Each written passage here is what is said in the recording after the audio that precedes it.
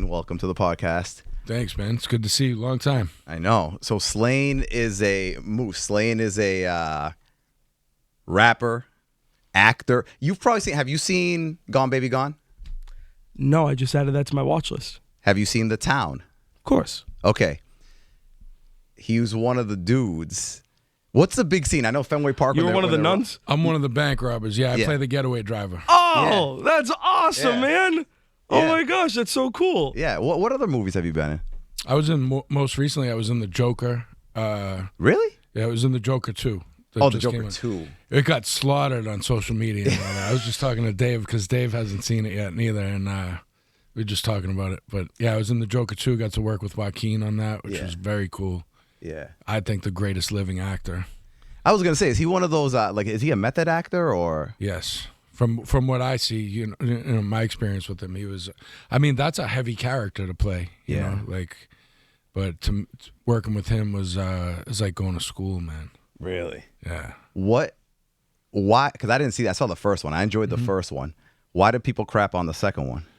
It's definitely it doesn't service like the comic book base at all. It's more of it's like an art film, which I think when people see, in my opinion, it's a masterpiece. It's brilliant. Yeah. But it's a musical. It's a courtroom drama, and it's not a superhero movie in the way that I think people want to see. It kind of turns the mirror on the audience. Yeah. So like I think people want to see like the Joker blow up the city and do villain shit, and it's more of a character study. Yeah, more like a slow burn. I mean, you saw the first one, so it's the beginning of that, but it's more like inside of his own mind on the second one. Did you say it was a musical? It's a musical as well. Bro, Yeah. Lady Gaga's in it. I know, but I didn't know that. Like, Oh, yeah, of course. what do you mean? It's a different spin on a musical, so it's not like the whole cast is dancing and stuff like that. It's more like in his head, and there's songs in the movie. Yeah. Okay, so it might be one of those movies that, like, every now and then there's a movie that comes out and people kind of crap on it when it comes out. I think it'll age well. Yeah, and then years later they're like, yo, this movie was actually pretty good. It's brilliant. I mean, the way that it's shot, first of all, in every department in a movie like that, you have the top guy in the field, like the best cinematographer, the best music people, I mean, the best costume people. It was an experience, man. I mean, it's a $200 million movie, so you work on something like that, and it's the top of there's no place to go further up than that. That's crazy. Okay, so let's go back to the beginning, because I want to know, where'd you grow up? Well, I grew up in Dorchester originally, and I moved around quite a bit growing up. So I lived in Dorchester, Rosendale, South Boston. I lived all over the city growing up. Yeah. And did you get into, you went to high school, college, any of that, everything? I didn't go to college. I went to college for 7 months. I went to School of Visual Arts in Manhattan. Yeah. And I got kicked out of school for a fist fight with somebody that worked at the school. Yeah. So, but I went to Don Bosco High School, which was downtown Boston in the old combat zone, towards the end of the combat zone. We used to throw candy out the windows at the hookers. Yeah. And from wood shop. That's like throwing bread at ducks. Duck in the windows. Yeah. And I went to school at School of Visual Arts, and I wanted to be in film. And, I wanted to be a director and a writer. And, that kind of fell apart when I got kicked out of school. Yeah. But during that time, I was going to open mics and, making demo tapes and all that. And I ended up kind of falling into that. Yeah. And, I kind of built a career as an independent hip-hop artist. And then at the same time that I was doing that, the Boston Herald wrote a story about my music. And Ben Affleck saw me in the paper, and he cast me in Gone Baby Gone. That's when I met you for the first time. Yeah, that's right. Because we talked, for that. So when you got into hip hop, did you do it with a group, or? Well, originally I did it solo, and I moved to New York, and I was doing open mics and demo tapes, and then I came back to Boston, and I pressed up my own mixtapes and sold them myself, and I sold about 13,000 copies of that, and that's how I started to get a buzz. But I got signed by the guys from House of Pain. Okay. And that's around the time that the Herald did the story. Yeah. And Affleck saw me in the paper. Moose is getting a boner right now because he has he loves Ben Affleck, Matt Damon. His goal is basically what you just said. Am I right? Pretty much. Yeah. He's whoever, what's her name? What's up? The assistant that you nonstop harass. Which one? he nonstop harasses Ben Affleck's assistant because he wants to write movies and stuff like that. Yeah. So he's always. I wouldn't use the word harass. I mean, just having Persistence. initiative. Exactly. Yeah, you gotta be Commitment. persistent. Nothing wrong. Exactly. But everything that you want to happen is literally what happened. I to know. I him. was locked in as soon as he was talking. I was Yeah. just like taking that all in. Yeah. I mean, my experience with anything is, because people ask me like, how do you break into the business or whatever, and I'm like, I don't know, but what I tell people to do is just do what you love to do, and you don't have to wait for somebody to plug you in. Like if you want to make a movie or you want to act, go make a short film. I mean, there's plenty of equipment accessible in this day and age. You could shoot something on your iPhone. Yep. So it's like create and do what you love to do and get good at it on your own. And eventually I think like the universe kind of opens up and gets behind that opportunity. Because with music, I always knew that I was going to make it. Yeah. Like I always knew I was going to build a career.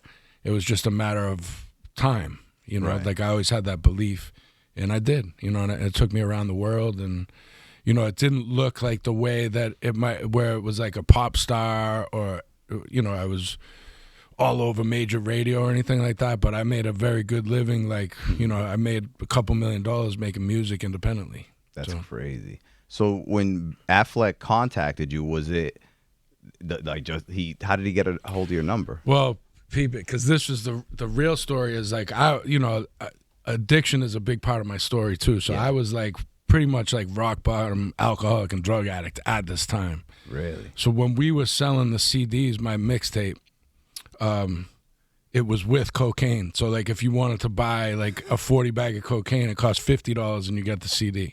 Okay. So we were like, that's where I was at in life. And I was kind of I was squatting in this warehouse on Shirley Street in Roxbury. And so I was up until 7 a.m. when I got the call from Affleck that day. So I was sleeping through all these calls. And this dude, Chris Ferrone, who covered my early career. Yeah, I know Chris. Yeah, Chris is a good dude and a longtime friend now. But so he wrote the article. So, I woke up at 3 o'clock in the afternoon and I had dozens of missed phone calls. And Chris is like, dude, Ben Affleck is calling around looking for you. So I had like, all different media outlets and all that reaching out to me. And so I eventually called into CP Casting, Carolyn Pickman. They asked me to come in and audition. I was like, I can't do it today. I'll come in tomorrow. And I went in there drunk. Really? Yeah. Yo, that's crazy. And I got it. That probably helped. Maybe. Yeah. Maybe. He wanted like a real Boston dude, and he's like, man, this guy's really, really good. Like he even came in fucking drunk. Well, I mean, it ended up being like, it was an opportunity that was very unique because he was looking for a certain kind of element for that movie. He wanted it to be very authentic. So it wasn't just me that was kind of like right off the street. There was a lot of actors in that movie that were not actors. Yeah. You know what I mean? They were just people that like, I like the way he looks. And I think it came through in that movie. That movie, if you haven't seen it, you should check it out. Was Gone Baby Gone his directorial debut? Or was that the Town? That was his directorial debut. It was prior to The Town, and then he put me in The Town after that. Once he was kind of familiar. Well, so what was that experience like on set with him? Normally being in front of the camera, to now him being both in front and behind. Were you just like in shock because you were so excited, or were you like soaking it all in and you were like, this is how a set operates? A lot of people ask me too, like, were you nervous? Were you, the first time I walked on a movie set? Not at all, because prior to that, when I was actually nervous was when I was going in the studio with DJ Premier. And when I was going in the studio with Cypress Hill and House of Pain, these guys were posters on my wall. Yeah. And they're now like coming to life. And I'm like, that's when I was like going in the bathroom, splashing water on my face, giving myself a pep talk, like, you belong here, you could do this, And when I walked onto the movie set, it was like I had already worked with my heroes at that point. Like, as far as I was concerned, like, it wasn't like it was cool. Don't get me wrong. Like, I was excited to be a part of it, but I wasn't. My dream was hip hop. Like, I wanted to be on stage with the guys I was now on stage with, and so working with Ben the first time, I didn't have any other perspective on what it was like to be in a movie. So the way that he directed, now in hindsight that I've done 20-something movies, he's definitely an actor's director, which makes sense because he's coming from a background of acting. So like the way that he would talk to me and direct me would just be like, well, how would the guy do it? How would, how do you think he would say it, And he just gave me like a lot of freedom to just be that character. So in a way, it was a great introduction to acting for me because I was just taking from people that I had grown up around and kind of adding that into the film. So it was like anything that I did in Gone Baby Gone or The Town, it was all from personal experience. Yeah. I didn't have to have a different accent. I didn't have to really act. I just had to be. And I think that's kind of the key to acting. Mm-hmm. So after that, did you go, oh man, I want to, maybe I should take acting lessons and stuff if I want to do different types of Ben roles? told me, if you ever take an acting class, I'll never hire you again. Really? Yeah. Which I took to heart. I held that for 10 years. And then I was like, there's nothing that I think that practice doesn't make you better at, right? So the way I looked at it in 2016, which was 10 years later, I started going to an acting school in L.A., Nancy Banks Acting School, and it's really you're just acting out scenes. And I started doing work from plays, which is a lot more in depth. In a film, you never have a scene that's more than 4 pages. It's much more kind of short scenes. In a play, you have to memorize 8-10 pages of straight dialogue at a time. So that becomes like a much more challenging experience, and I had to kind of mesh what I was doing with live performance, where you have to hit the back of the wall with your voice, like you have to project across the room, where acting on film is more, how you would say it in real life, and it's understated, kind of that Marlon Brando invented that in films, like understating things and mumbling and like the way you would do it in real life. So bringing those two things together and acting out of a play in these classes, it was super beneficial. Were you in any of those classes with somebody who is like a name in Hollywood right now, or? There were all sorts of different kind of working actors. There were in my class there were no stars like per se, but everybody worked. It was a lot of people like me who were character actors. So very cool. I would love to act in a movie, but I cannot audition for the life of me. And when I tell you I can't audition, right? So I don't know now. There's probably other dudes have done it. Do you watch UFC? I do. Okay, Bruce Buffer, the announcer, right? Yep. There might be other guys that do it now. He's still the main dude. But when they were first starting out, before they started going all over the place and blew up, they were just doing like Mohegan Sun, Foxwoods, and stuff like that, because a lot of other states wouldn't license them. So Dana was just trying to get it as much exposure as possible. So he had me be the ring announcer for a couple of pay-per-views. So I actually did UFC ring announcing for pay-per-views. Really? All right. So now, remember that Kevin James movie, was it called Here Comes the Boom? Yeah, Here Comes the Boom. Yeah, where he was like a teacher, and then like he started fighting MMA to make money for his class or something like that. Mm-hmm. So they were auditioning for a ring announcer. And I'm like, word, I actually did this. I could do this. So I go in, and I think I got through maybe like the first 3 auditions or whatever. When I walked in for the 4th one, the second I walked in, I'm like, fuck, I fucked up. I walked in, every dude in there is in a suit, boom, tie. They look like a ring announcer. I walked in, I was wearing jeans. I was wearing like a t-shirt, sneakers. So now I'm like, shit. The only thing I have for me is that I actually did this job for the UFC. So I walk in. The second I walk in, the casting lady was like, she made the face, and I was like, hold on. I said, let me explain to you though. I go, I'm not dressed. I'm sorry. I've never made it this far in the process. I didn't know I had to like dress the part, but I've actually done this job. And she goes, what do you do? I said, well, I'm on the radio, but I've done this job. And she's like, before I even opened my mouth and tried, she's like, this already dude ain't shut gonna off get to it. the idea. You know what though? Like, it's really a matter of taste with stuff like that. Like, I know Ben doesn't like that. from what I remember, he doesn't like when you come in dressed up like the character. I never came in dressed up like a character.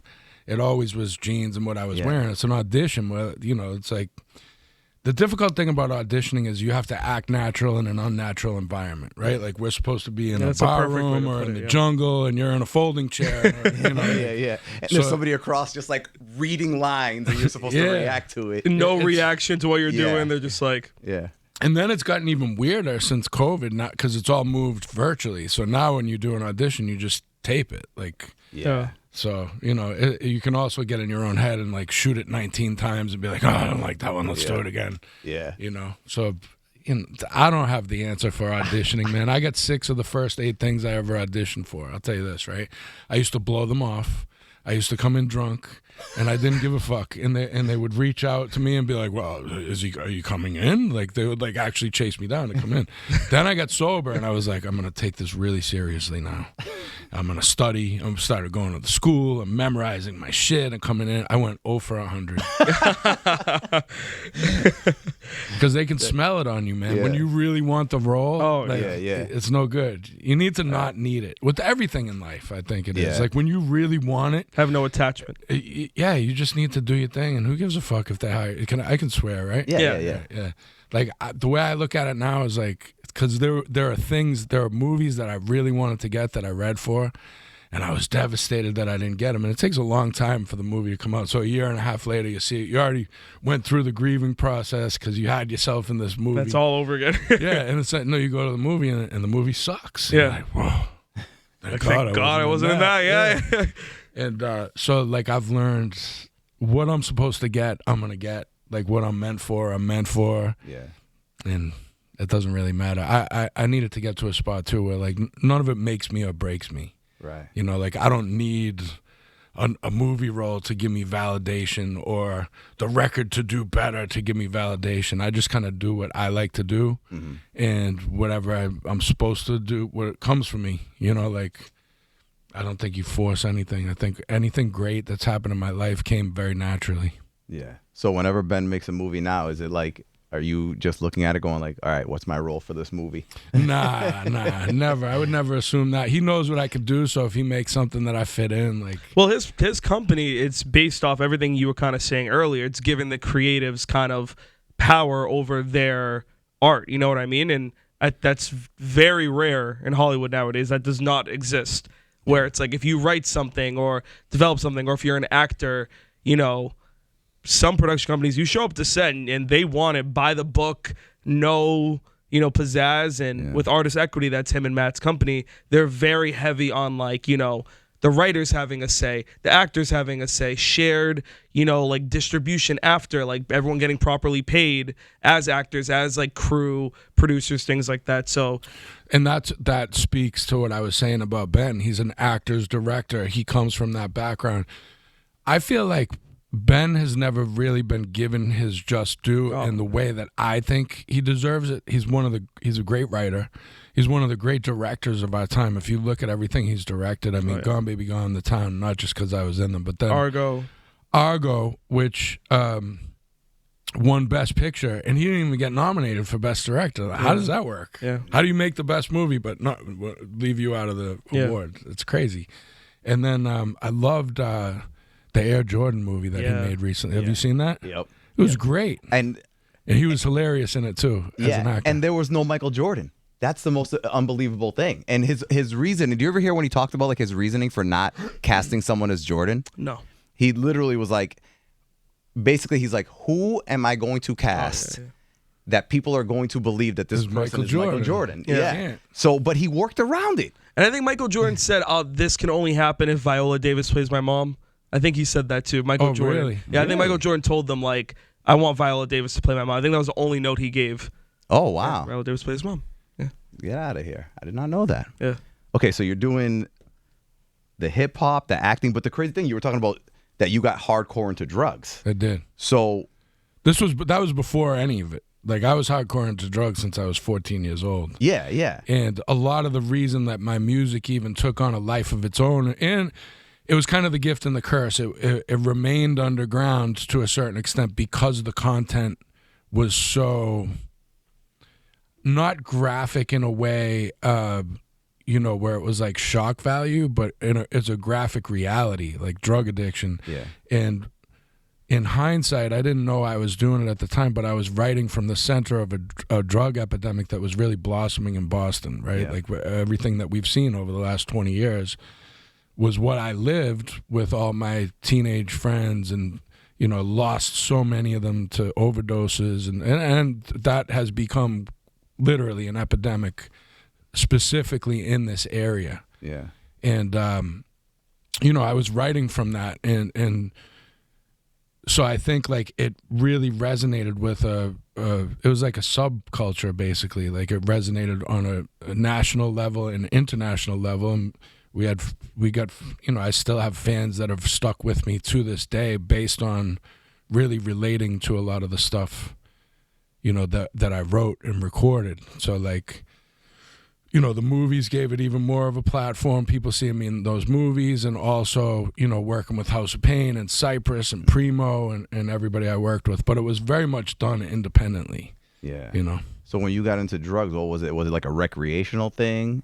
Is that how you first got started? Yeah. I mean, it always looks like a recreational thing in the beginning, but I think it's very deep seated. Like it's a coping mechanism on how you deal with.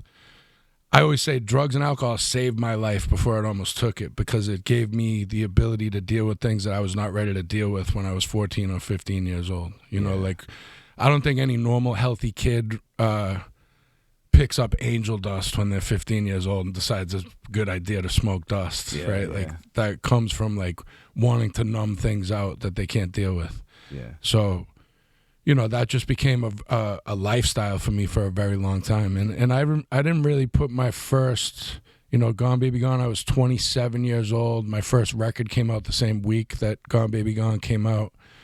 So, I mean, there was a 13 years there. Like I was already in and out of detox far before I ever had any success in entertainment. Yeah. What was your drug of choice? Was it was angel dust or? No, I mean, no. Yeah. I was able to put down things like angel dust and acid on my own because they were so like heavy. But I would say alcohol is my drug of choice, and I consider alcohol a drug.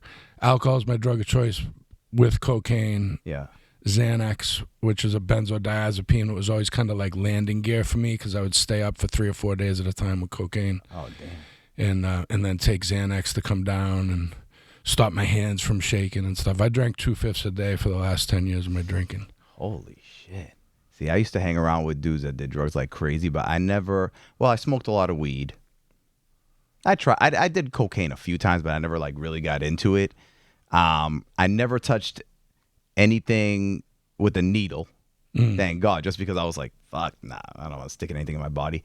And I did dabble in every now and then. I did a lot of it like recreational. Someone's like, "Oh, try this." I'm like, "What's it do to you?" Yeah. And like if it was like an upper type of pill, like mescaline and stuff like that, I'm like, "That sounds fun. I'll try it." Yeah. But was it Xan? No. What was the one that I took that I was like, "Yo, fuck, Klonopin." They said, "No, it just mellows you out." Yo, all I remember is sitting down on a couch and I couldn't even turn my head to the side. And I was like, this is not fun. Did you black out? I didn't black out, but it was probably like, it was the closest you could be blacking out without being blacked out. I literally was just sitting there for hours until eventually I could like move again. Yeah, a lot of people black out from. So Xanax and Klonopin are very similar. Klonopin has a longer half-life, so it lasts for like 3 days ultimately in your system. And I know that just from detoxing because those are actually very subtle drugs like Xanax and Klonopin where they're anti-anxiety, but they're the hardest drugs to kick. Like if you take Xanax or Klonopin for 7, 8, 9 years like I did on a daily basis, coming off of it is literal hell. Like it's the hardest thing. It's hard. Your body gets used to it. Most people who are heroin or opiate addicts will tell you they'll detox 30 times off of a heroin rather than once off of benzos. Benzos are a nightmare. It's like 6 months, you know, and you could die from it. Holy shit. From the withdrawal. See, a lot of my like looking back, I realized a lot of my like why I would try a drug versus why I wouldn't try a drug was like the friend who offered it to me. I would look at them and be like, you're kind of a fucking mess. I don't want to try whatever shit you're trying right now. So that's why I said no to a lot of shit. Right. You know? But that gets back to my point too, where it's like, you know, you could say it's like recreational. So you were a recreational drug user at points where you could be like, yeah, that sounds fun, and then not ever do it again. Or you could even have fun with something and then be like, cool, maybe for New Year's next year or something, right? Like you're not gonna be like, I gotta do it again tomorrow. And that's where you get to like the disease part of it, right, or the disease model and the trauma model, where it's like, I need to do this stuff so I don't have to feel, you know, because when I put drugs in my system, then it makes me feel okay. Yeah. Like everything is all right with the world right now as long as I have this in my system, because I can, right, you know, it turns down like the, I don't want to say voices, because it's not like I have literal like voices speaking to me and directing me. That's a very different thing. But it turns down kind of the self-loathing, the fear, you know, that kind of stuff. So at what point, when was the first time that you went into a detox? First I started going to like a program when I was 18. Then I think detox was maybe 21. Mm-hmm. And then I'd been to several detoxes and outpatient programs over the course of 18 years. And it was the first time you went, was it because somebody was like, Slaine, you gotta do something? No, it was my own. The first time I went to a program, it was on my own because I had like an embarrassing night, you know, like a behavior thing where I was like, wow, I can't believe I did that. And then as it progressed, then it became like a physical need to like, where I was sick, you know, like withdrawing, where the withdrawals were so bad that I had to go in to detox. And then, you know, that's how I rolled, man, for a long time. And I tried to stop and I couldn't. Like I would try over and over, especially as I started to get some success. I was like, I have everything to lose here. Like I have a beautiful life. I have a home.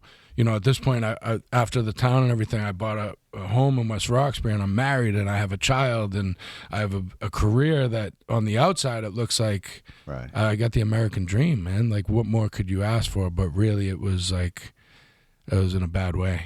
Yeah, and did your wife say anything to you about it? Or? She begged me and plead with me, and then threatened and kicked me out, and you know, all that stuff. And I wanted to get sober, to save my house, to save the family, to save my career, and all that. And I tried over and over, but I was unable to. So I lost all those things. Oh wow! And in the midst of all this, you're still making music, you're still doing movies and stuff like that. And that was the hard part, because you know I didn't know how to record sober. I don't know how to get on stage sober. I don't know how to have a conversation with anyone sober. I've never done it. Like since I was a boy, I was getting drunk and high. So it's like when you take that away from me, I feel like I don't know how to navigate through the world. Yeah. I don't know how to, you know, it was like, it's kind of like with hip hop, we empower ourselves. Like when you look at any rapper like Method Man, Redman, like it's a persona that empowers all of us, anybody, any rapper you can name.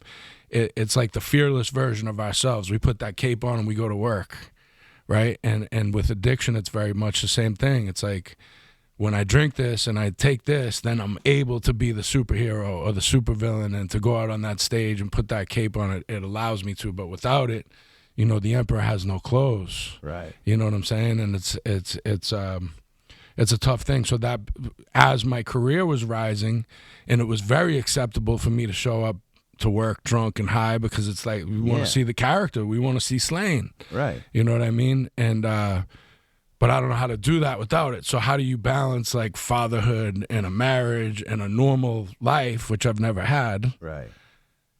And I'm trying to have those things, but I can't, because I have to, and I'm much more comfortable in the other lane, like as a performer and an entertainer and a drug addict. Like that feels like the real me. Yeah, and it's got to be more like if somebody has like a 9-to-5 kind of business office job and stuff, and they have an addiction, it's almost easier to be like, look what you're, you know, you're messing up here, you know, because of your addiction. But with your lifestyle, it was like you were saying, you know, you go out, you do shows, you drink. It's all part of the game almost. So if you're all like not doing that stuff, people might be looking at you like, you're not doing anything tonight? You know what I'm saying? I used to be offended because, you know, there are people that pretend to be fucked up in the music industry, but they're sober and they're, you know, but then when they go out on stage, they're pounding drinks, but they're filled with apple juice. And I would be so heated at that because it wasn't authentic. You're phony. But you're right, though. Like, for a normal person, like, even, you know, if you do morning radio for years and years and years, you probably have to wake up at 3 a.m, right? So you can't come in drunk. Nope. If you were drinking the night before, you missed the show, right? Yeah. You blow the opportunities. You wouldn't be able to sustain through that kind of living. And that's how it is for most people with their jobs, right? You can't be a lawyer or a teacher or anything and come in drunk every day. Like, it's not just, but as a hip hop artist, you can show up drunk whenever you want. Like, nobody's telling you like, oh, you can't perform, you're too drunk. It's like, go out on the stage and entertain. It's normalized. You know? Yeah. So your wife divorced you and everything because of it, and yep. Damn. And so after that happened, did you go back to like with a vengeance? I drank and got high with a vengeance. Oh, really? Because now there was nothing to stop me. Because that was my only thing to stop me, right? It's like, I got to hold it together for my family. And it was a very messy and tragic in a lot of ways 3 or 4 years where, like, you know, even with all the opportunities that came to me, like, I pretty much gave them away, you know, like, because, you know, the first 3 movies I did Gone Baby Gone, I did The Town, I did a movie called Killing Them Softly with Brad Pitt, James Gandolfini, and what? So you're just fucking hitting home runs. I'm hitting home runs and I'm just drunk, right? And damn. And I'm touring around the world doing jump around on stage with 60,000 people there and all that. And I'm asleep at the switch though, man. So, you know, it started to take its toll. And then nobody tells you like, oh, we're not going to hire you because you're too fucked up and you're crazy, like, and you need help. Nobody tells you that. They just don't call you.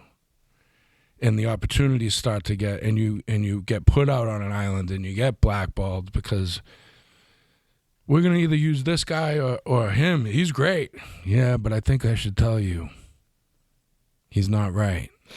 You know, he's crazy. You know, because that's what people will say about you. You know? You don't find that out until years later. So it was a lot. It wasn't that ended up getting me sober. It was more, you know, I always tell people there are 2 things that can get you sober when you're an addict. Like, you know, big difference between even a recreational drinker and recreational drug user, and even a hard drinker and a hard drug user, and somebody who is actually an addict who has the disease, like they can't stop under any circumstances. And there's only 2 things that can get through to that person, and it's fear or love. Mm-hmm. And I had a real good dose of both of them with my son, because what I wanted to be more than anything in the world was a good father, and I love my son to this day more than anything in the world. And when he was 5 years old, you know, it became very apparent to me that my drinking and drug use was affecting him. I was unable to show up for things, and I came to a point where I loved my son more than I loved myself or anybody else, and I was afraid that I was going to lose him because I only had supervised visits. I wasn't allowed to take him in the car. I couldn't take him overnight, and that was what, you know, kind of. That was my bottom, reaching that point where it was like, I can't even take my son in the car. I can't even see him without having other adult supervision there because I'm that fucked up. Damn. You know? And that's when you went, and that was like the final time that you're like, I'm going to make this work no matter what?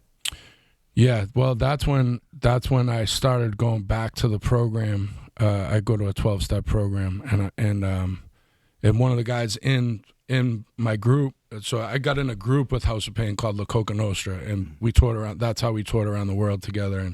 And one of the guys in the group, he doesn't mind me talking about he just got 20 years sober a few days ago, actually, Danny Boy, who was in House of Pain. And, you know, he helped me get sober, and you know, I just put everything into it this time, and I went through the process that we go through in that program, you know, of kind of looking at my resentments and my fears and making amends for all the things I'd done wrong a day at a time, and yeah, went through a whole process of that, and I just celebrated 11 years sober in March. Nice. So What's the hardest part? Is it the making amends? I would imagine that's probably one of the hardest, it's hard to say. In the beginning, what's hard is not hard 11 years in, right? So, yeah.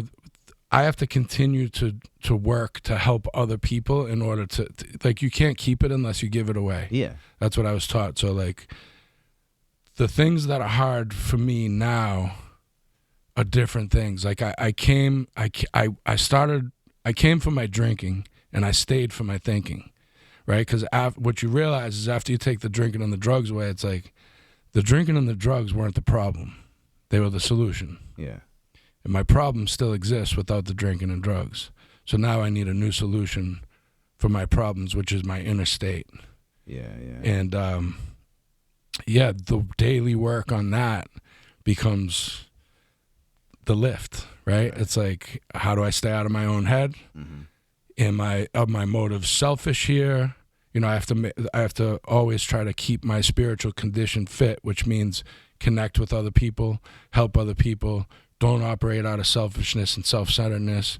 Operate out of gratitude. That's why I say, like, with the movies and the music now, it's never like, what can this thing do for me? Like, what can this music do for me? Or what can this movie role do for me?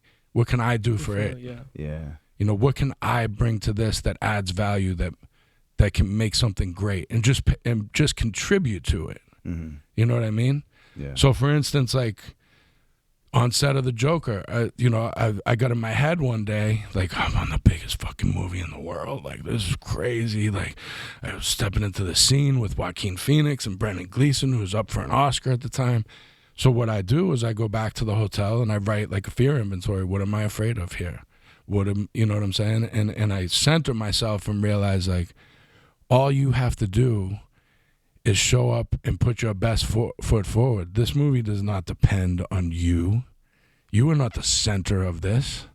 All you have to do is show up and do what you know how to do very well, actually. Yeah. You've been brought here to do what you do well. Just show up and do it and be grateful for the opportunity. And then I can shift my mind and go, wow, I'm so fucking grateful to be alive. Yeah. I'm so grateful to be here. Who gets to do this? This is amazing.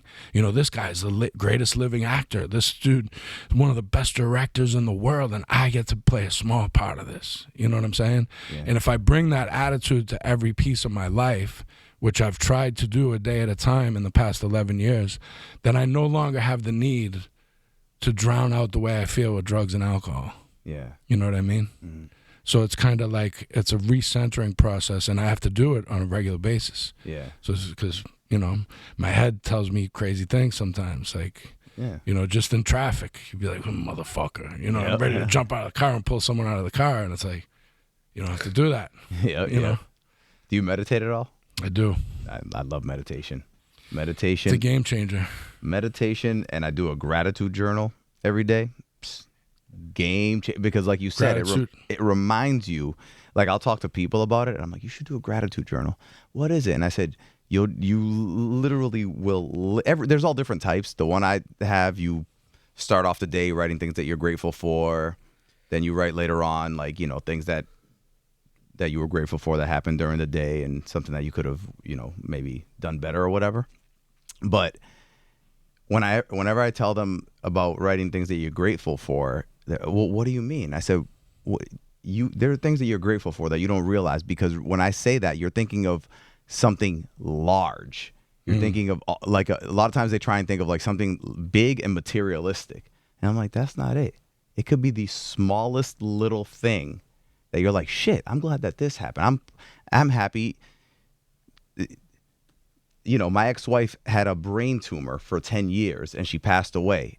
I'm glad that I'm healthy enough to be with my kids. Things like that every day. It's the small things that are the best things. It's, because I agree with you. The thing that, like, the achievement, right? Like, we all relate to that. Like, I want to get my script to Ben Affleck, like, I want to get my book made. I want to get the show to #1 on the, on the ratings or whatever it is, right? Like, we all have those things, and then you achieve it as we've all done with all these things, right? Like we've achieved some of these goals, and then you get there and you realize like that didn't do it. Yeah. Maybe if I do this thing, Yep. then this will do it, and this will make me. At the end of the day, this will make me good enough. You know what I'm saying? Yeah. And it's like, you're already good enough, man. Like the best thing that I ever get to do is like play catch with my son. Hell yeah. Show up for his games, like, you know, whatever it is, man. It's even just this morning I was thinking like hot water in the shower. I'm grateful for hot water. Exactly. You know, like when you can be grateful for the small things, that's how you can be a happy person, honestly. It's a complete game changer. So what's your like daily routine like in the morning and stuff? Do you have a routine you go through? You know, I want to qualify this, when I'm really operating well at a high level, because I'm not just consistently like on a roll, right? Yeah. Like I get off of my routine sometimes, like, Well, you're a human. yeah, I get, you know, when I'm operating well, like I'm eating eggs and chicken and meat and fruit and vegetables, and then when I get off the routine, like I have been the past couple of months, then that I'm having English muffins and pancakes with the eggs and all that. But you know, I try to do a gratitude list. I try to talk to another alcoholic or addict. I try to like keep my life centered on purpose, right, and things that give me a lot of purpose and fulfillment. I try to meditate when I'm going through a hard time. Sometimes it can be 5 or 6 times a day. Wow. When I'm going through good times, I like to continue to meditate once or twice a day.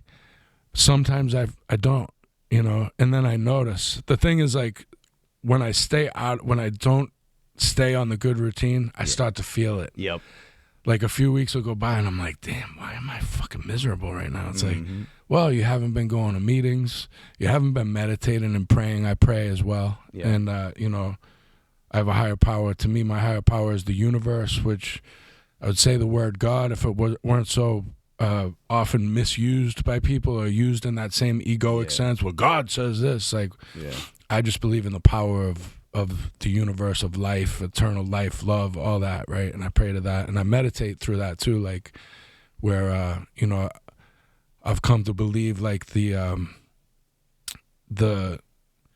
space, right? The space that's, you know, there's this thing I always say when I share like my sobriety story, and it's like I had a hard time with like the religious component of, you know, how the process that we use in getting sober. And I always share this thing that says the sun is the closest star to us. It's 93 million miles away. If it was 80 million miles away, we would burn alive. If it was 100 million miles away, we'd freeze to death. It's in the perfect space. To get to the next closest star in the universe, you have to travel 186,000 miles per second for 4.5 years. And I used to say there are more stars in the universe than there are grains of sand on all the beaches of Earth combined. You can Google it. But if you Google it, you'll find out that each grain of sand on Earth represents 1 billion stars. That's how many stars there are. And the most amazing thing about that is not as many stars as there are in the universe, but it's the space between. Yeah. And even more amazing than that, when you meditate, you close your eyes and you breathe. I've learned that meditating is just watching breathing happen to you, which happens through the universal intelligence. You don't have to try to breathe. There's exactly the same amount of inner space that we have as there is outer space, which is infinite. That's cool shit. One of the most weird when I meditate, because like even with meditation, sometimes you have a good one, sometimes you have a bad, and depending on what you have going on in your life, right? Like if you have like a, you know, sometimes you shit's a little more stressful, so your meditation is almost like you finish it and you're like, fuck. That didn't feel that good, but it ultimately helped you. And then other times it's like just next level. The most weirdest feeling when I'm like locked in meditating is when it's going to sound stupid when I say it, but if you ever think about it, you're going to be like, holy shit, this is cool. Like when you get so present that you literally are like, oh wow, at this moment, I am here in my life doing this, like being super present. Like right now where you're like, I am sitting here watching Ramiro say words. You know what I'm saying? Because most of your life you're thinking a little. Some people are always thinking in the past. Some people are always thinking in the future. But for the most part, a person's going through their day thinking like, what am I going to do next? or something that just happened to them. They're never really fully 100% present. You know, like meditation, exercise, like if you're doing like a vigorous type of workout where you're just like, fuck, I need to like focus here. I'm going to drop these weights on my head. Like there's certain times that you're like, where you really get that feeling of presence, which is like, it's almost like a drug, honestly. Yeah. It's weird. Yeah, staying present. Any spiritual practice all focuses around being present, Yeah. right? It's like you said, when I'm trapped in the past, that's depression. When I'm focused on an imaginary future that isn't even real, it's a projection of what could happen, and it's usually like the worst thing that could happen, right? Like I'm thinking about the 9 things that could go wrong if I do this, right? That's anxiety. Like, so when you're always in the past or the future, you're not present, you're either depressed or anxious. It's kind of the root of it, right? So that staying present and just watching breathing happen to you, man, it's magical. Yeah. And you're right, sometimes it's hard because you have the head is busy and the stream of consciousness that just goes that's what you know, the way I learned it was like that. What you want to do is you can't stop thoughts from happening, they happen too, just like breathing, but you can put space between them, you know, and the more space that you put between them through meditation, the more space naturally comes between them, so then it's not like all the time. Who can live like that, man? I'm all about meditation, and that's where these things fuck us up. Oh my God, they're designed to create like things like ADHD and stuff like that. I'm like, you can't really say anybody has that anymore because everybody has it because the phones are designed to do that to you. What do? You what's next? What's next? What's next? And it's similar to drugs in a way where you're chasing dopamine. Yes. It's dopamine hits. Yeah. But the dopamine is more like the anticipation of the thing that never fully hits. Yep. Maybe the first time you do like a drug or something, like how they say you're always trying to chase that first high and things of that nature. It's the same with phones. People like you're scrolling and you're like, you want that thing to, I don't know, excite you or piss you off. That's the big one. Yeah. That's the big one now. It's the rage bait. And it's 24/7 news coverage. Like, oh, you don't like this news? Watch this station. This will appeal to you more. Like, you know, are you a Republican? Watch this one. Are you a Democrat? Watch this one. And on that one that you like, that appeals to you, we're going to tell you all these reasons why the world is falling apart and you're fucked. Unless you vote for this guy. Right. So now you have people leaving the house like this every day, the political people, right? They're arguing with each other online. They always feel like the world is going to fucking end. And, you know, it's crazy, man. Like, I try to disengage from that shit. That's actually part of my wellness process is like, turn the fucking TV off and don't watch the news. It becomes hard when you look at social media because people share stuff from the news and all that. And it's like, to me, it's none of it's real. No, and the algorithm is so tailored to you, but despite the fact that, I don't know, to me it's obvious that it's tailored to me, people don't realize it, and they start creating this little world where everybody feels this way, and it's like, no, everybody feels that way.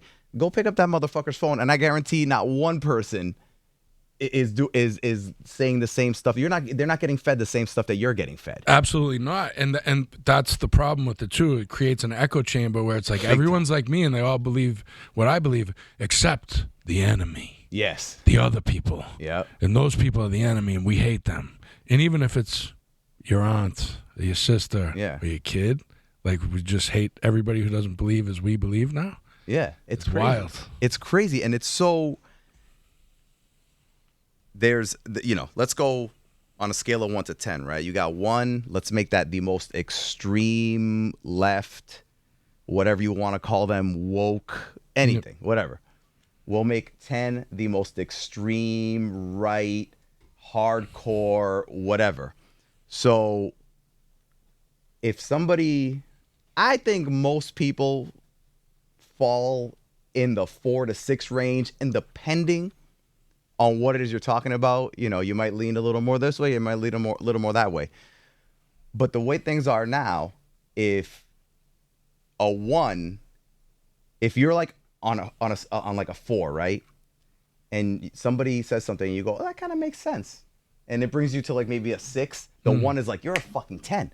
Yeah. And I didn't say I agree with every single thing. I just said that what that person said was a decent point. Yeah, and then it becomes a gang mentality, and like, Yeah. you're one of them. You're believe the this, problem. you believe that. You Yeah, fucking piece of and shit. the problem is 1 in 10 control the narrative. Yep. For everybody. Yeah. And then it's rage bait. It's crazy though. Outside of the news and things like that, when I go out and talk to people, nobody is that extreme. At least the people I've come across, I've never seen anybody like. Well, they're brave behind a screen. That's why. Yeah, and I think that's what it is. That's another reason. Yeah. It's like if people were forced to talk. Oh yeah, no. I was gonna say, can I ask you real quick about how music plays a part when you get into films? Because obviously, you said you stemmed from a hip hop rap background. Do those two things coincide for you? Because like for me, in my experience, like when I first started, it was I started doing theater, and it kind of happened by accident. Because it's like, all right, I always knew I wanted to do like film and movies in some sort. I don't know what as a child. You just see Star Wars on the screen and you're like, I want to do that, but you don't know what that is. I kind of fell into theater by accident, and then obviously musicals play a part in that. And I found that music really helps me storytell and helps me get my imagination kind of stimulated. So, you always hear actors say like, oh, I had a playlist for this character. I had this. So for you, for example, on Gone Baby Gone or like The Town, were you just like full on worried about the performance, or were you able to be like, all right, I'm gonna play this song, it's gonna get me into it, or were you playing your own music? Well, you hit it kind of right on the head. There's a few things you touched on, but storytelling is the consistent thread that goes through both of them. Storytelling is what got me interested in hip hop from the beginning, right? It was like listening to these perspectives and these stories. And same with film, right? That's why I love movies too. You just lose yourself. 2 hours back in the day when everyone went to the theater, it's like to be in a dark theater and there's no other distraction. There were no phones back then, right? So it's like you're just Immersive, lost in the story, and there's something magical about that, right? Same thing with music. And I think that's the common thread. There are differences, there's different mediums, but to me, both of them appeal to me, and it's the same thing. Where it's different for me is music is my personal experience, right? And I always tell people, like, I make music because I have to, because it's a coping mechanism to exercise my demons, to get my anger out, whatever, and then I can look at it and kind of say, like, oh, that's where I was at, right? This is where I'm at right now. I can look at projects I did 15 years ago, like, wow, that's a different guy. That was a different guy. But, it's like, they're different mediums, but they're doing the same thing. Where film, I can get in someone else's car and drive around and pretend to be them for the day and feel what it's like to be them. That's why I think you see like a lot of actors, when you're talking about that 1 to 10, they fall more on the liberal side because just naturally you have to have empathy for other human beings, right? So like you not everybody, it's not all black and white. This is a bad guy. I'm playing a bad guy. Right. It's not. Yeah. It's like you're playing like a serial killer. There's like a big psychological thing you have to rip apart to understand. You might not agree, but if you're playing them, you have to understand where their mind is to do such heinous things, and you have to have empathy for them. Yeah, because they're a human being. So there's a movie, Dead Man Walking, which I recently watched. Again, I saw it when it came out in the theater with Sean Penn. Yeah. And he plays a guy on death row, and Susan Sarandon is the nun who's coming in to give him his last rites and try to get him to a place of peace before he's killed. And it's just such a fascinating movie because Penn just plays such an honest, he's a human being, right? Like where you develop compassion for this guy and you feel, but he did something horrible. Like he raped and killed a girl. And it's like, and at the end you see him do the heinous act after you've developed this kind of empathy for him, and then you watch him get not electrocuted, they give him lethal injection, and you watch him die, and it's just tragic. But you feel all these different things, right? And that's what the human experience is. Nobody's like completely evil or completely perfect, right? Like we're all kind of mixes of these different things at different times. That's why I love the show. You ever see Breaking Bad? I love Breaking Bad. That the story arc. Oh my God, it's crazy. But it was one of those. I'm like, this dude. Whenever he did, and he did a lot of bad things, but every time he did it, I was like, damn, I probably would have done the same thing. You know, and that's like when you can almost like sympathize with a bad guy.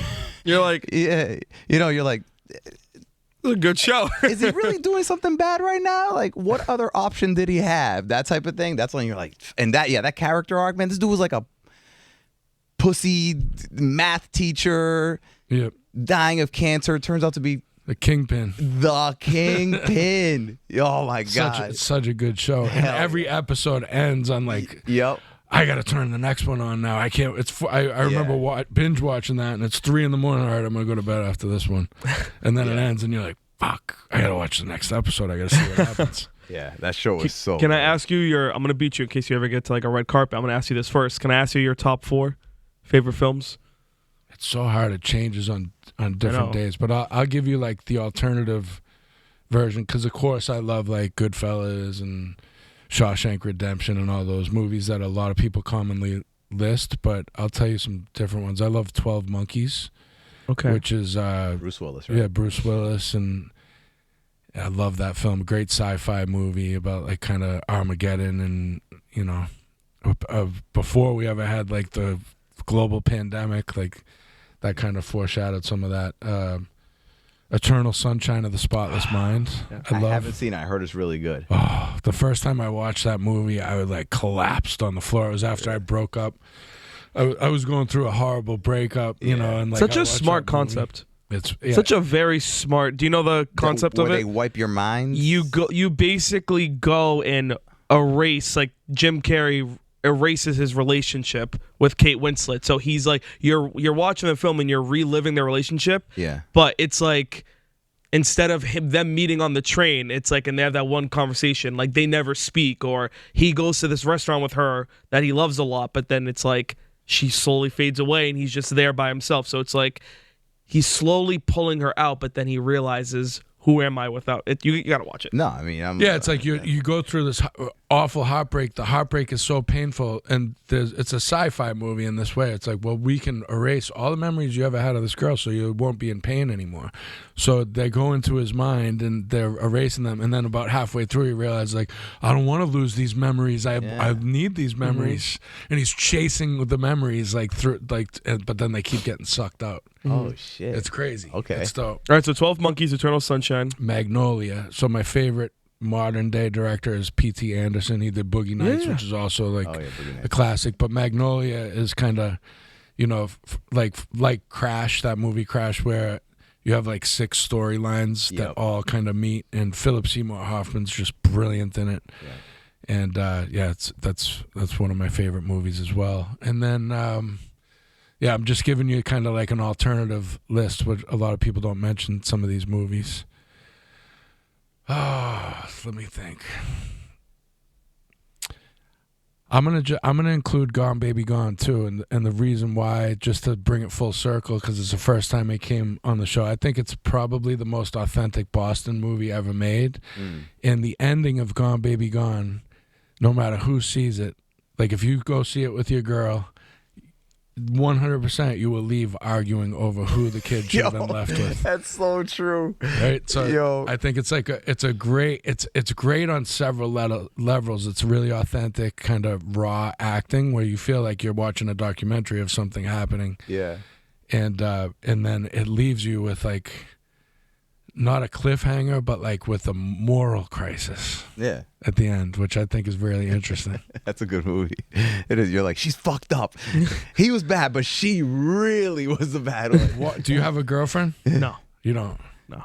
Watch it with a significant woman in your life, like whether it's your mother or a woman that you're close to. Watch it and then talk about what should have happened, which way you think it should go at the end. Well, I mean, we've had those conversations because, the film I finished writing, that's how it ends. I always say, I'm like, I want people to leave and have full-blown arguments outside the concession stands. You ready for this? Okay. I want to see if you can guess. He's 25 from Revere.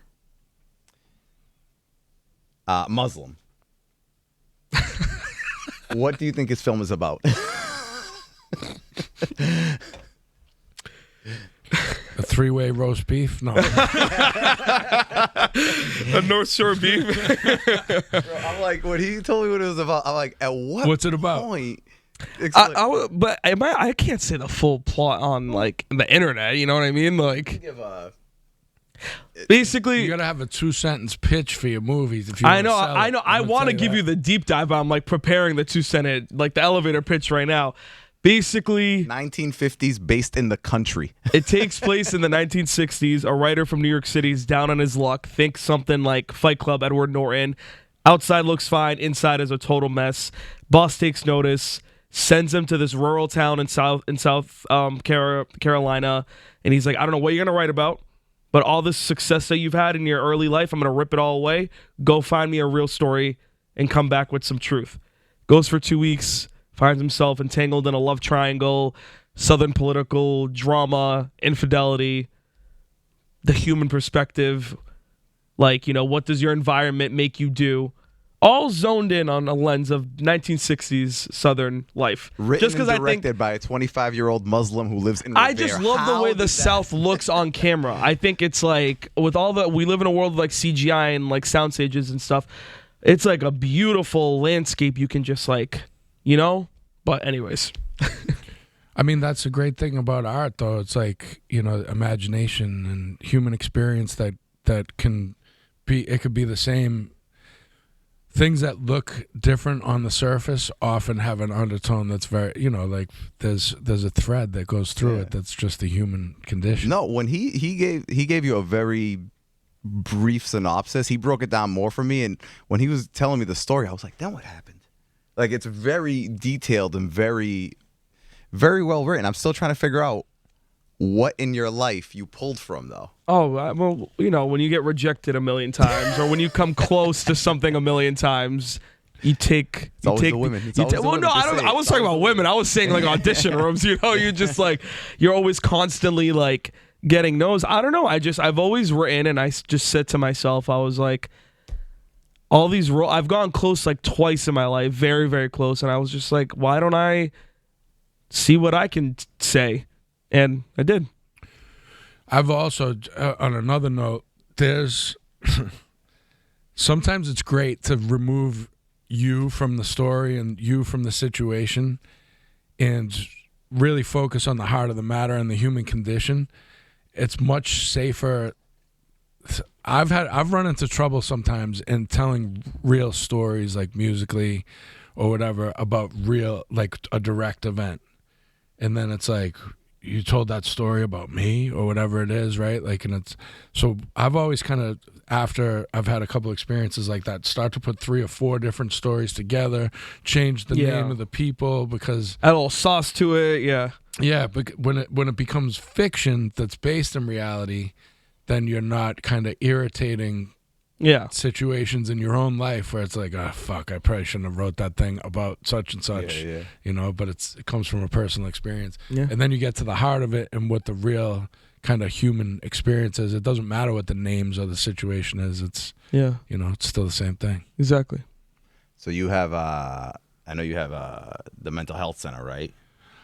So we talk, when you say like the music and the movies and what's the thread, you know, what's the kind of thread between those? It's funny because 5 years ago, when the pandemic started, I was going through a hard time in my own life and my own sobriety, and I started going down Mass Ave with clothes and food and stuff like that, and I started becoming, like, just kind of fell into becoming an advocate in the recovery community. You know, because of my platform, people would reach out to me for help, and I've learned a lot of things about services that were available and resources that were available, and I won't bore you with the details, but a couple years into that, you know, I realized, like, I want to start a place because I saw things that were missing in that experience for people, and resources that I thought would be valuable to the community. So I opened up a 111-bed detox and CSS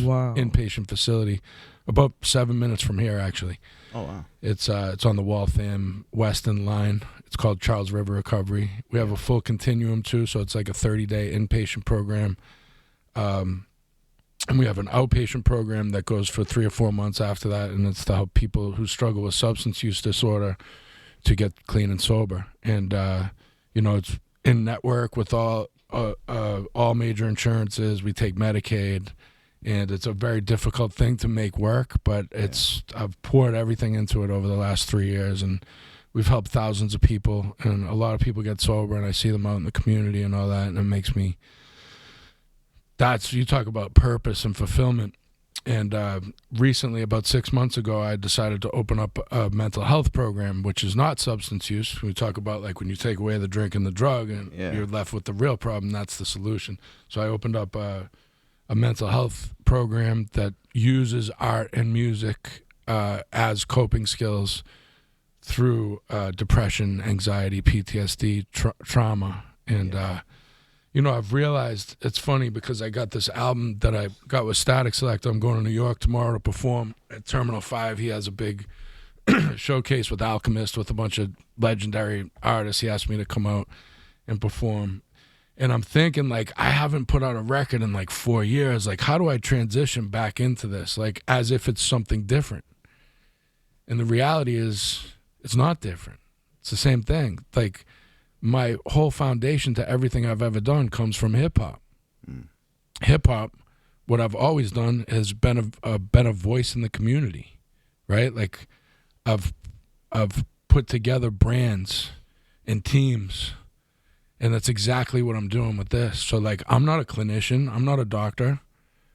But I find the clinicians and the doctor and the clinical staff and the nursing staff. We have 164 employees at Charles River Recovery now. Wow.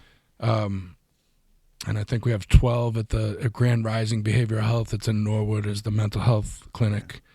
And I've found like a lot of purpose and passion, and I can add my own personal experience and help. Sometimes I run groups, I speak, but the real thing that I love doing those things, but I also love to give people a chance at a career who maybe have burned their life down for 20 years, but they're sober for 3 years now, and they have a real chance to help somebody else, and they have real lived experience in this, and they can put a career together helping other people get sober. And that gives me like so much purpose, man. Like I love doing it.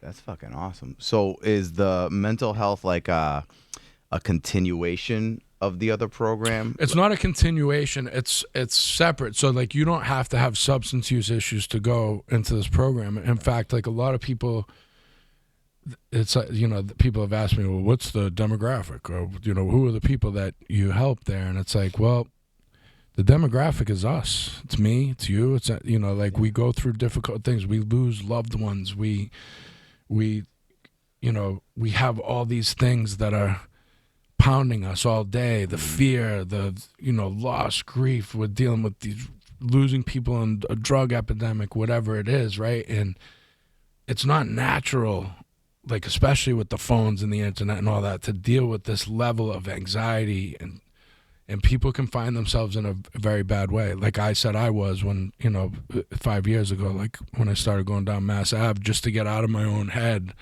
And, to give back. I was taught, like, give back and to help yourself, like, as a coping mechanism.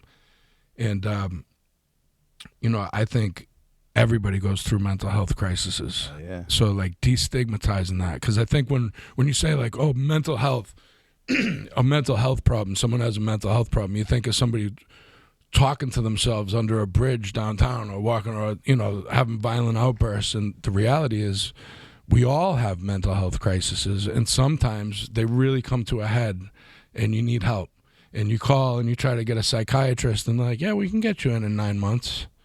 So the program that I built is more intensive than just seeing a psychiatrist. You have a psychiatrist, a therapist that you can see once a week, in addition to the program, which are kind of like classes. It's an IOP program, and there are licensed clinicians that operate these classes and talk about different coping mechanisms and strategies and navigating situations. So it's kind of like therapy on steroids. So you don't stay there though. You kind of go weekly or. Well, I drop in. I own it. So No. I'm saying like a patient.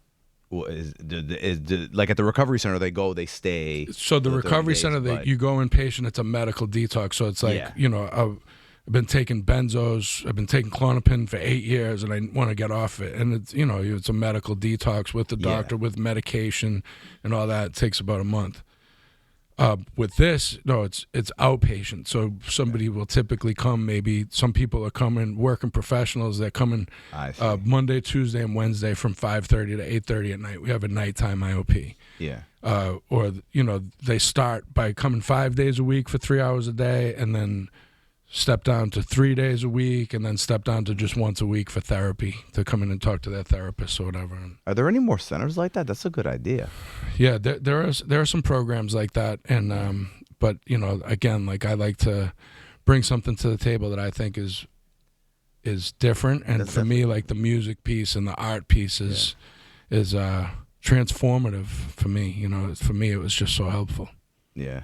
I agree with what you're saying about mental health. It's like everybody, I look at it almost like, well, everything's connected, but like physical health, right? You have to, you don't work out and then one day go, all right, I'm in shape. I can stop working out now. Yeah.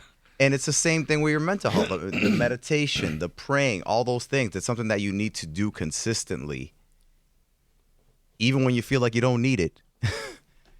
Because shit happens in life, and there's nobody out there who doesn't. I just think everyone copes with it in a different way.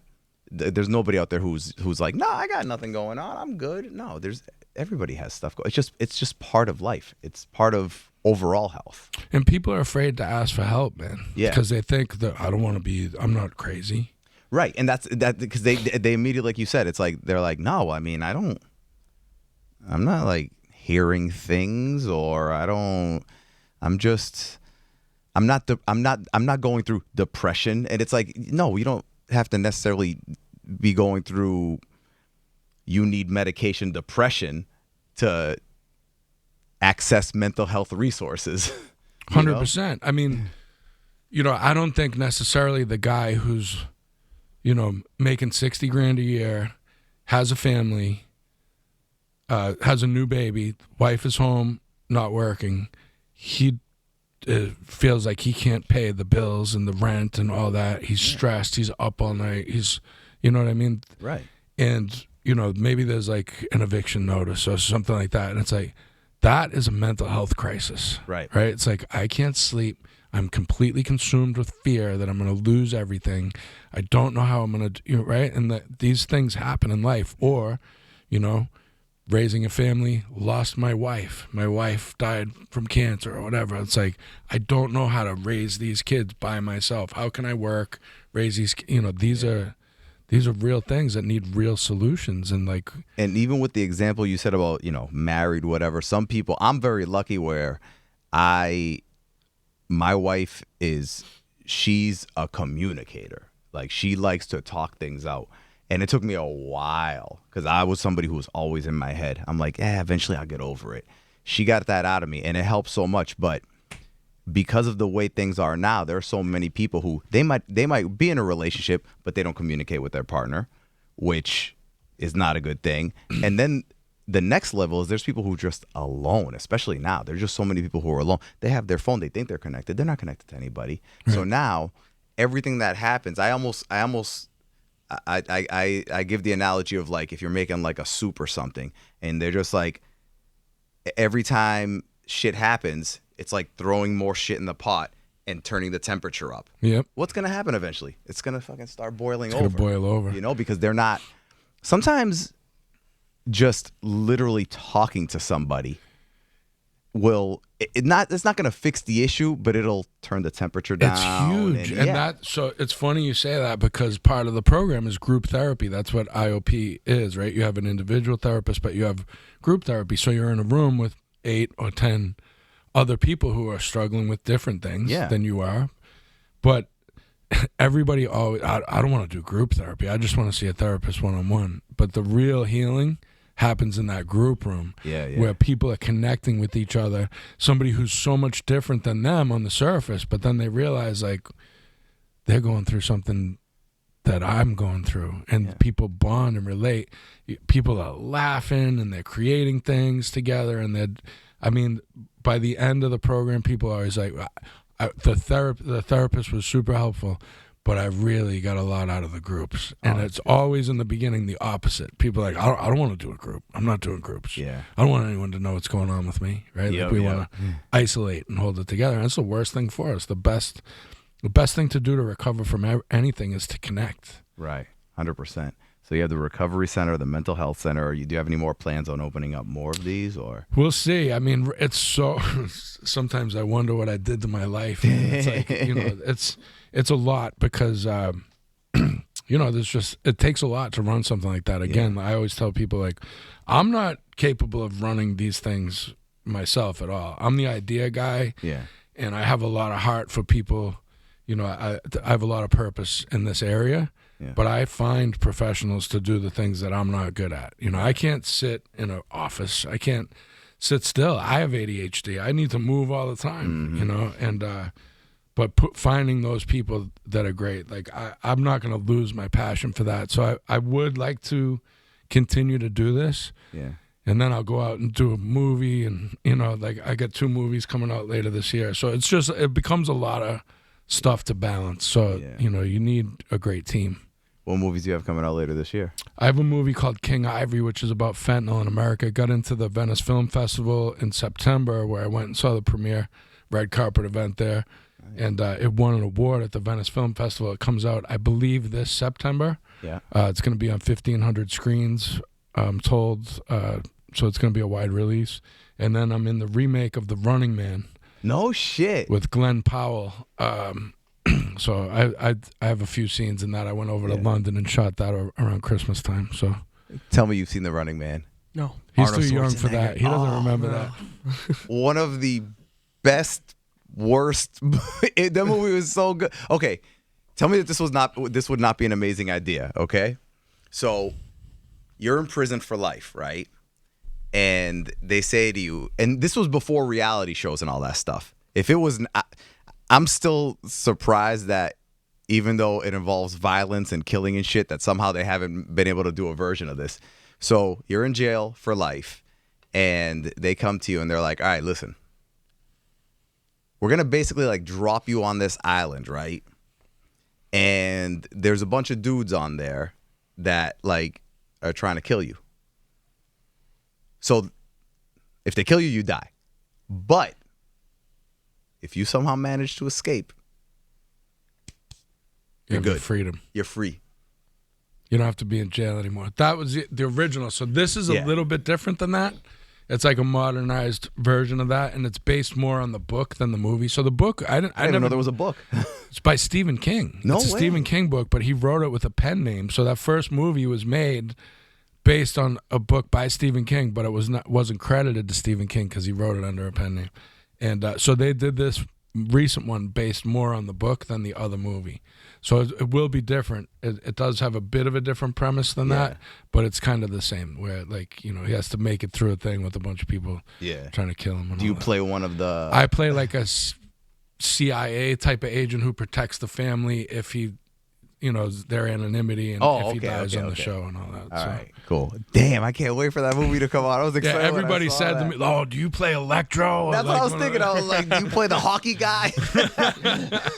Oh wow. Okay. All right. I'm excited. What other movies have you been in that like big ones? So I was in The Town. I was in Gone Baby Gone, The Town, Killing Them Softly. I had a small thing in Central Intelligence with The Rock and Kevin Hart. It was just really a cameo. I've done a bunch of independent films. Some of them you might not have heard. Ida Red with Josh Hartnett and William Forsythe. What else did I do?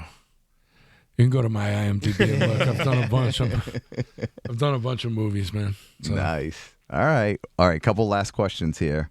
What's something that you wish you were better at? Singing. I can't sing for shit. I can rap, but I can't sing.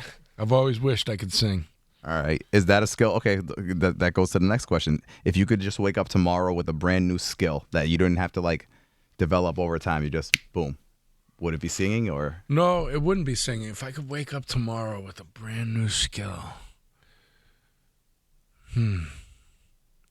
I think it would be like a photographic memory. That would be really helpful. Yeah, yeah. Because I forget shit all the time. Yeah. And it's not convenient. You know? No. I'm in that same boat. And it's definitely not convenient when you have a wife who remembers everything. Especially all the shit you did wrong. Right? Everything. Okay, if you could time travel to the past or the future, which way are you going? But you can't affect anything. You could just like witness an event or something like that. So you're not going back and buying a lottery ticket or predicting anything. What were you doing? That's a hard one. I mean, I can't do anything about the past, right? So, But you could witness something, maybe something you read about, or I don't know if I'd want to see the future. That's the only thing. I think maybe go back in time. There's some people I'd like to have a conversation with, you know. So I think it would be to go back into the past. I think going into the future would really mess you up. You know, like if you could see. Well, I mean, what if you saw like some doom and crazy? Like it would ruin your present moment forever because you'd be like, "We're headed to something terrible," right? You'd be that guy outside, like, "We're all doomed." I've picked the wrong fucking choice. No, see, I already know. I've never changing mine. I'm going back to when the pyramids were made to see how they were really made. Yeah, There's some stuff going on now. I don't know how accurate it is, but they're saying there's a whole city built underneath that's supported. Yeah. Yeah. Well, one of the Which things I don't know if I don't believe anything now. I see. Yeah. Well, one of the things that came out, it was this whole like there's these conductors under there and stuff that came out to be false.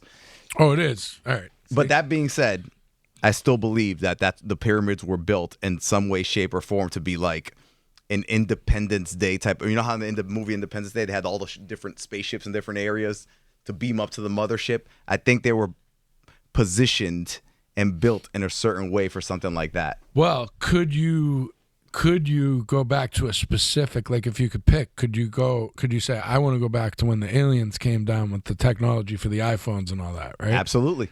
Yeah, just to witness it. Okay, yeah, I would do something like that, I think. 100%. Because there is no way. Time did not go just like this.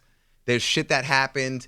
And I believe that there was like more higher sophisticated civilizations that influenced us. 100%. And maybe like, you know, there was cataclysmic events that destroyed and then we restarted. But definitely. There's a documentary on Netflix. I forget the name of it, but it's Dr. Stephen Greer is kind of behind it. And he talks about that. Like anytime that you ever see the aliens, have heard the aliens have come down, or that we've ever seen them or anything like that, it's always in these desolate areas or whatever. And that's because it's always by like where we're making nuclear weapons. And anytime we like launch one or whatever, it's always been diffused. They diffuse all the nuclear weapons. They also, supposedly, according to this Dr. Stephen Greer, have brought technology down that was kind of at the root of how we have iPhones and all that. But they also have a thing that the government hid, that is there's enough you could fit enough of this energy inside of a cup that would run the entire world without any oil or gas or anything else, and they decided to bury it because it was not profitable. Right. I believe because it would ruin the economy like if they used it. There's nothing I don't believe. The only thing I don't believe is literally what everyone's trying to tell us happened. I'm like, that's not how the world. It's just no. Well, getting back to what I was saying about, you know, with the stars and, you know, how many stars there are, those are all those are all suns for some other solar system. Oh, yeah. It would be impossible it would be literally statistically impossible for us to be the only planet with life. Yeah. It's impossible. I see zero the same chance of thing. that. Yeah. Zero. If you look at it from like a chance. scientific point of view instead of a religious, like if you believe that we started off as embryos and whatever and grew and whatever, we're the only planet where that happened. Yeah. It's impossible. Get out of here. Yeah. It's Well, mathematically impossible. Well, it's because humans only think to like a certain level. Like they're like, there's no other way that there's other human beings. I'm like, who the fuck said anything about human beings? Yeah. Who said that they have to breathe oxygen? Who said that they have to?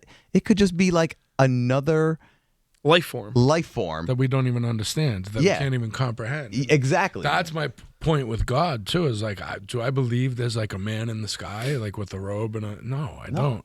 But I believe in the power of the universe. I believe like God is beyond any of our comprehension. Like we just, we're like little kids. Like all we can think of is, oh, there's a man. He lives in the sky, and he always does what's right. And if you do live good, then you'll be rewarded. And if you live bad, then you're gonna, burn for eternity. It's like that's a childish way to look at it, right? Yep. But the force of the universe, in which death is just always happening and life is always growing out of death, I believe in that. You know what I'm saying? I believe in like this force that created all this. There's something behind it. It would be impossible for it not to be. Yeah. Yeah. Oh my God. Okay. we've gone down the rabbit hole. Do you know the other day I brought my son, right, to like a play date, and I'm just there BSing with the mother, and she used to she did something where she was involved in like not psychiatry. It was something to do with like she worked with people who had kind of like not mental health, but like, well, I'll just say she worked with a lot of schizophrenics, and then they also did research, and one person had a theory that, you know how, the theory of different dimensions and all things of that nature, and this one doctor had a theory, and I think he was doing research on maybe schizophrenics are just accessing a part of their brain where they're seeing almost like different dimensions that we're not seeing. So And it's hard to handle, because if you're seeing something that no one else is seeing, I'm doing a really bad job of explaining this because it's going to sound crazy. But if you're seeing something that no one else sees, and then you try to explain it to everybody. Let's say I see something right now that none of you guys are seeing, and I'm trying to explain it to you guys. The three of you are like, what the fuck? He's crazy. Yeah. What are you talking about? There's nobody else in this room, or there's nothing else. What are you talking about? But so I think this guy was trying to start a program to kind of like research that, if that could be it. Because, when you hear about things like, have you tried ayahuasca or anything like that? Like DMT? No. I actually want to try that stuff. But when they talk about how that you almost like access different parts of your brain. I mean, I believe it. I've tried acid before and mescaline, like you were talking about, and it's like hallucinogenic stuff. And I've thought that often, like, because you're seeing like particles and things in the air that you don't normally see, and in water. Yep. Like if you're looking at water running and stuff, you just see it in a totally different light. And it's like, this stuff is that's really there. Oh, the first time I did. I'm not noticing it when I'm not on acid. Yeah. I was going to say, the first time I did, I think it was mescaline or acid.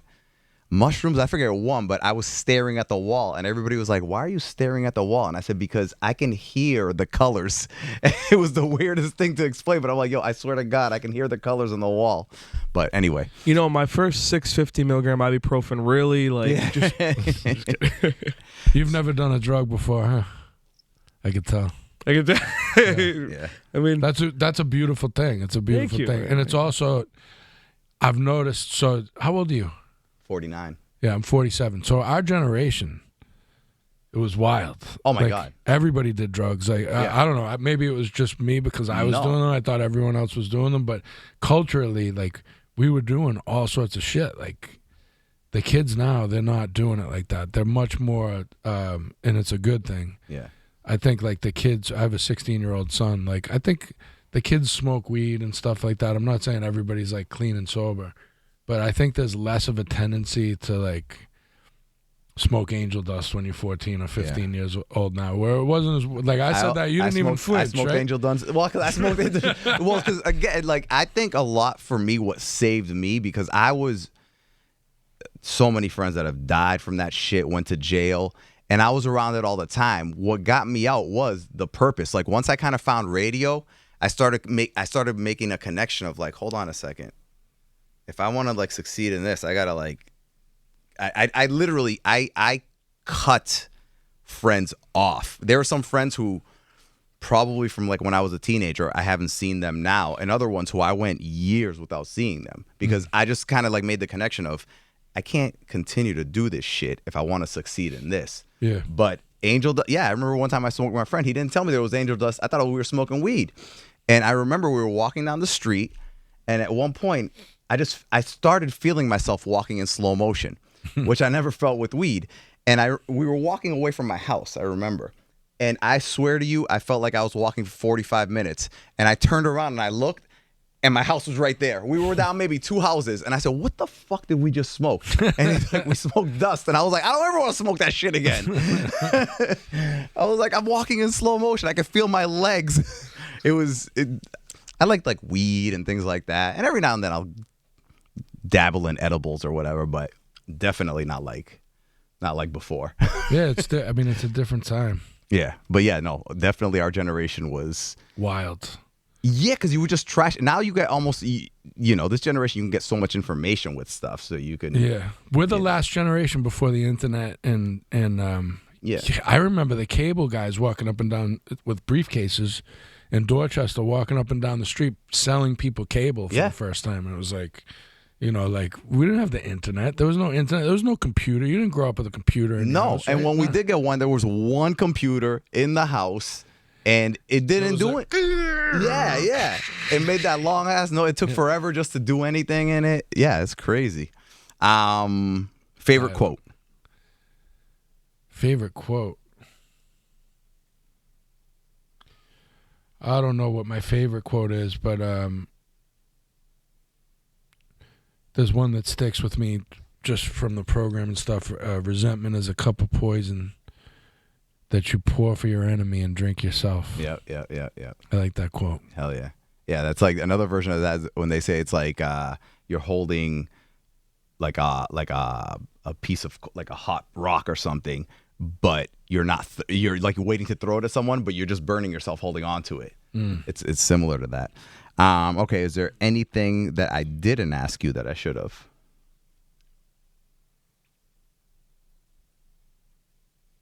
No, I think we covered a lot of stuff, right? I think so. We'll get you in next time after a couple more after you win your Oscar for something. Yeah. You remind me of what's that guy's name? But you were before him. He just ended up getting I think he just won an award. Paul House. He played the murderer dude.